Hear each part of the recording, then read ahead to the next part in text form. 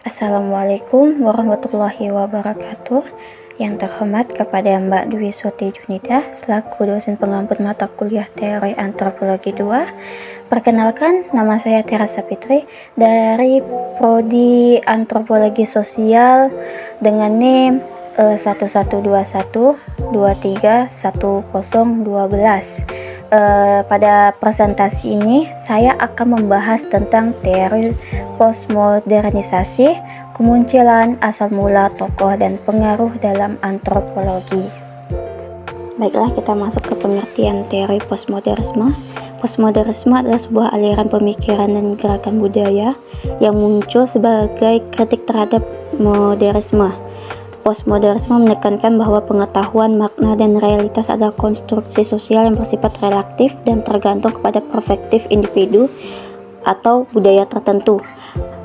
Postmodernisme juga mengkritik struktur kekuasaan bahasa yang membentuk pemahaman manusia terhadap dunia, serta menegaskan pentingnya pluralitas, dekonstruksi, relativisme, dan memahami realitas sosial dan budaya. Sekarang kita masuk ke kemunculan dan latar belakang. Kemunculan postmodernisme ini pertama kali pada abad ke-20 sebagai reaksi terhadap modernisme yang mendominasi pemikiran dan budaya pada masa itu.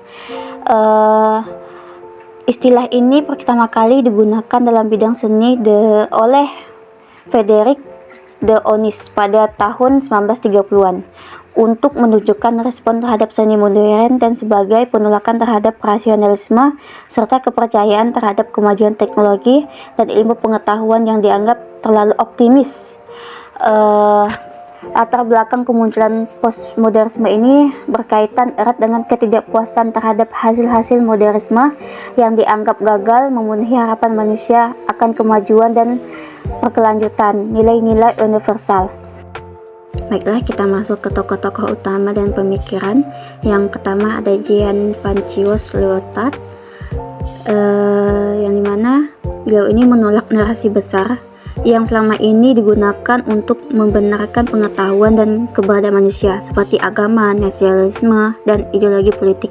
Ia menegaskan bahwa di era postmodern narasi besar tersebut runtuh dan digantikan oleh cerita-cerita kecil atau mikrocerita yang lebih relevan.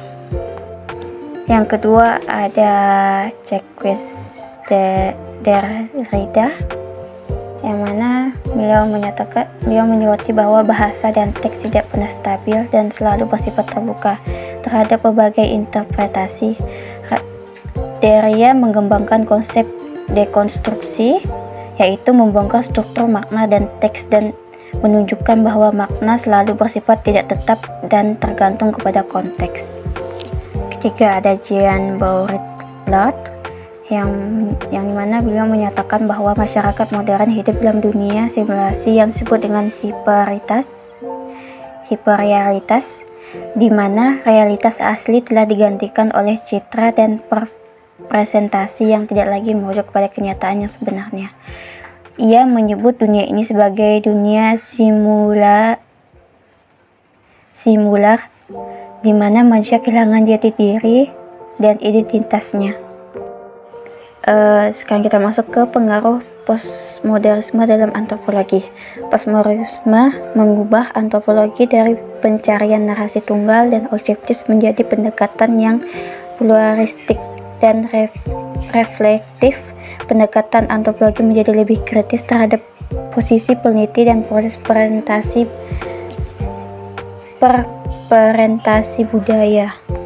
Kesimpulan dari presentasi ini adalah postmodernisme merupakan sebuah ide atau paradigma baru yang muncul sebagai kritik dan koreksi terhadap modernisme yang dianggap telah gagal memenuhi janjinya membawa kemajuan dan martabat manusia. Tokoh-tokoh seperti Jean Francois, Jacques Derrida, dan Jean Baudrillard menekankan pentingnya dekonstruksi, penolakan terhadap universalitas, dan pengakuan terhadap keragaman yang perspektif. Dalam kajian antropologi, Postmodernisme menggeser pendekatan dari pencarian kebenaran tunggal menuju ke pendekatan yang lebih relatif, pluralistik, dan kritis terhadap posisi peneliti serta proses presentasi budaya. Pendekatan anatomi lebih kritis terhadap posisi peneliti dan proses presentasi budaya. Demikian presentasi yang dapat saya sampaikan. Semoga materi yang saya sampaikan dapat bermanfaat dan menambah wawasan untuk kita semua. Apabila ada kesalahan kata, saya mohon maaf. Sekian dari saya. Wassalamualaikum warahmatullahi wabarakatuh.